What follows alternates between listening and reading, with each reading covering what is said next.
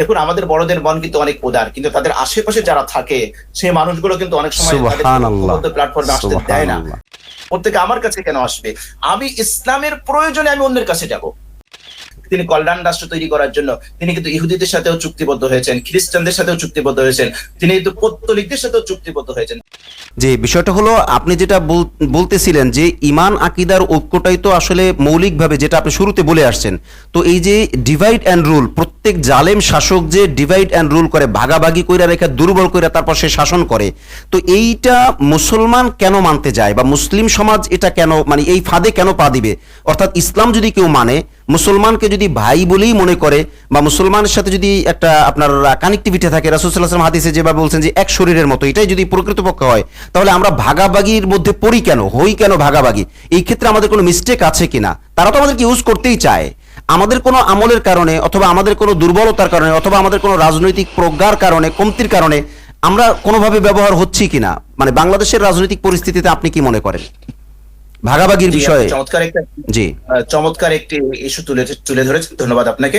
এটা তো কোরআনেরই কথা, ওয়াতিউল্লাহ ওয়া রাসূলুহু ওয়া লা তানাযাউ ফাতাফশালু ওয়া তাযহাবা রিহুকুম। আল্লাহ কোরআনে কারীমের মধ্যে বলে দিয়েছেন তোমরা আল্লাহ এবং তার রাসূলের আনুগত্য করো এবং তোমরা মতবিরোধ করো না, তাহলে তোমরা দুর্বল হয়ে পড়বে, তোমাদের শক্তি খর্ব হয়ে যাবে। সুবহানাল্লাহ, সুবহানাল্লাহ, চমৎকার বলেছেন। নিজেদের মধ্যে মতবিরোধের একটা প্রাচীর দাঁড় করিয়ে দিয়ে তারা আমাদেরকে দুর্বল করতে গিয়ে তারা তাদের এজেন্ডা গুলো বাস্তবায়ন করছে। দেখুন ব্রিটিশরা যে শাসন করছে ডিভাইড এন্ড রুলস, এইটাই ছিল তাদের শাসনের মূল ভিত্তি এবং আমরাও দেখছি বর্তমান যুগে এটা হচ্ছে। এখন উলামায়ে কেরাম এই জায়গাটা এসে কেন যে আমরা ঐক্যবদ্ধ যেতে পারছি না, এখানে আমার কাছে অনেকগুলো ইস্যু আমার কাছে মনে হচ্ছে। আমি সাম্প্রতিক যদি একটা ইস্যু তুলে ধরি, যে দেখুন আমি দেখেছি যে সাম্প্রতিক কালে আমাদের শাইখ চরমনাই তিনি ফেস দ্য পিপল একটা টক শোতে বলেছেন জামাতের সাথে ঐক্যের ব্যাপারে যাকে একটা প্রশ্ন করা হয়েছিল, তিনি কিন্তু একটা প্রশ্ন তুলেছেন যে আকিদাগত তাদের একটা সমস্যা আছে, সেই জায়গাগুলোতে ঐক্যবদ্ধের কথা, সংশোধনের কথা তিনি বলেছেন। আমরা বলবো যে অবশ্যই এটা একটা ভালো দিক। যদি ইসলামী দলগুলোর মধ্যে কোরআন এবং সুন্নাহ বিরোধী কোনো আকিদা, কোনো বিশ্বাস থাকে, সেটা যদি সংশোধন হয়ে যায় তাহলে তো মাশাআল্লাহ সেটা নূরুন আলা নূর। তবে যদি কোন ইসলামিক দলগুলোর মধ্যে যদি কোন ধরনের কোন আকিদা বা কোন বিচ্যুতি থাকে, তারপরেও কিন্তু রাজনৈতিক ঐক্য হতে পারে। এখন দেখুন এখানে কিন্তু শাইখ চরমনাইয়ের কাছে একটা প্রশ্ন কিন্তু এসে যায় যে জামাতের কথা যখনই আসে তখন আকিদার একটা প্রশ্ন কিন্তু আসে। তো এই জায়গাটায় তখন কিন্তু একটা প্রশ্ন এসে যায়, তাহলে ইসলামী যে দলগুলো আছে, আপনার খেলাফত মসজিদ বলেন, জমিয়ত ইসলাম বলেন, ইসলামী খেলাফত আন্দোলন বলেন, আরো যত আছে নিজামে ইসলামী পার্টি বলেন, আরো যত পার্টি আছে, যাদের আকিদার মধ্যে তেমন কোনো সমস্যা নেই, তাহলে এই দলগুলো কেন ঐক্যবদ্ধ হতে পারছে না? এটা একটা হাইলাইটস করি যে রাজনৈতিক ঐক্যের জন্য আসলে ওই রকম ভাবে সবকিছু একেবারে 100 হতে হবে এটা জরুরি না। আমরা সবাই জানি মদিনা সনদের সেই ঐতিহাসিক সনদ, সেখানে আমরা জানি তিনি কল্যাণ রাষ্ট্র তৈরি করার জন্য তিনি কিন্তু ইহুদিদের সাথেও চুক্তিবদ্ধ হয়েছেন, খ্রিস্টানদের সাথেও চুক্তিবদ্ধ হয়েছেন, তিনি কিন্তু পৌত্তলিকদের সাথেও চুক্তিবদ্ধ হয়েছেন। যারা মদিনায় বসবাস করতো, 4 শ্রেণী বসবাস করতো, তখন ইহুদিরা ছিল, কিছু খ্রিস্টানও ছিল এবং পৌত্তলিকও ছিল। আল্লাহ রাসূল সাল্লাল্লাহু আলাইহি ওয়াসাল্লাম তাদের জন্য তার বৃহত্তর স্বার্থে তাদের সাথে কিন্তু ঐক্য করেছেন, এটাকে অস্বীকার করার কোনো সুযোগ নেই। সুতরাং আমি মনে করি যে রাজনৈতিক এই ঐক্যের জন্য একেবারে 100 আমি আপনার মতো, আপনি আমার মতো হয়ে যাবেন, এটা জরুরি না।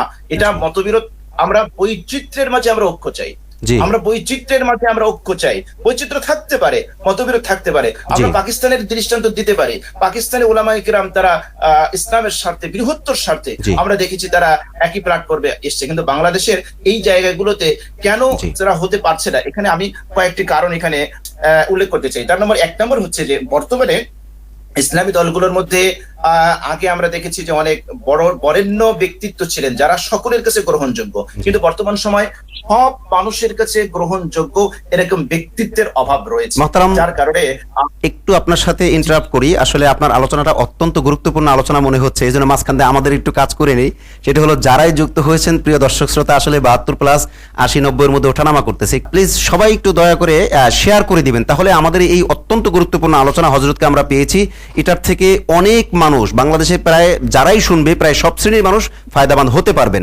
মোহতারাম, আপনি আপনার এই বিষয়গুলো বলবেন। তার মধ্যে দ্বিতীয় প্রশ্নটা আমি করে নিই। আমি কিন্তু এই 29 মিনিট প্লাস লাইভ চলছে, এর মধ্যে আমি একটা প্রশ্নই মাত্র করেছি যে জাতীয় ঐক্য হচ্ছে না কেন।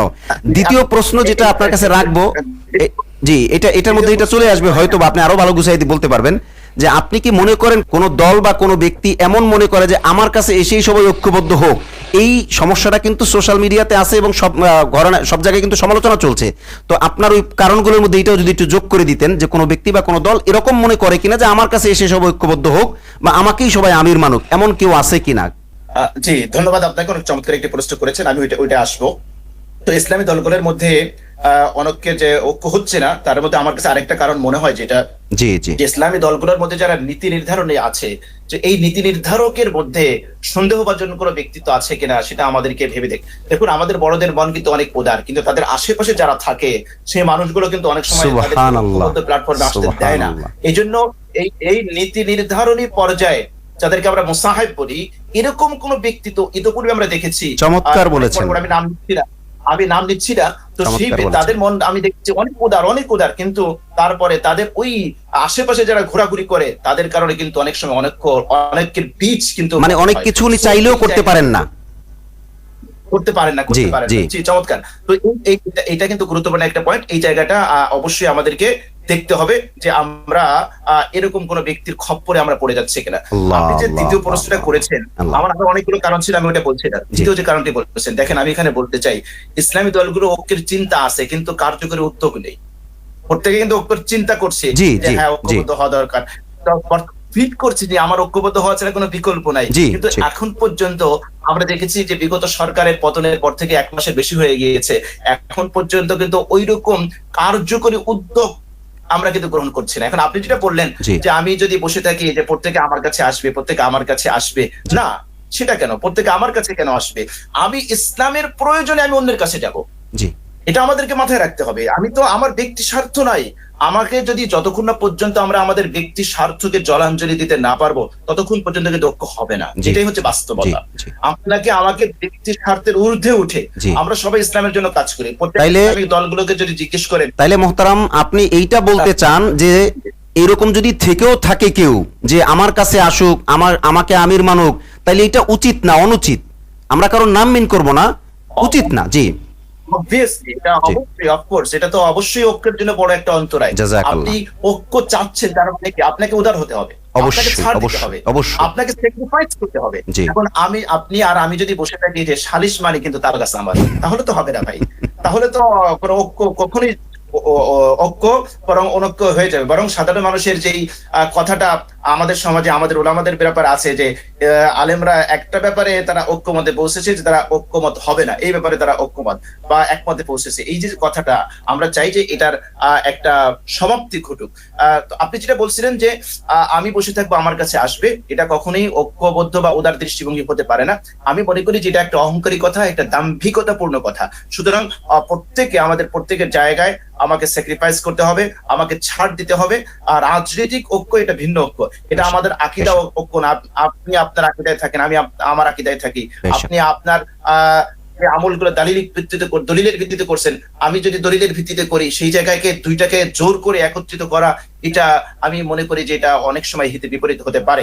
সুতরাং আমাদের প্রত্যেকে যদি আমরা উদার হই, আমরা যদি ছাড় দেই, এবং আমরা ওই যে আপনি যেটা বললেন আমার কাছে সকলে আসবে না, বরং আমি সবার কাছে যাব, ইসলামের স্বার্থে যাব, দেশের স্বার্থে যাব, মানুষের স্বার্থে যাব, তাহলে ইসলামে আমি মনে করি যে আগামীতে আমাদের ঐক্য হবে। আর তা না হলে আমরা যদি ওই রকমই বসে থাকি তাহলে 100 বছর চলে গেলেও ঐক্য হবে বলে আমি অন্তত মনে করি না।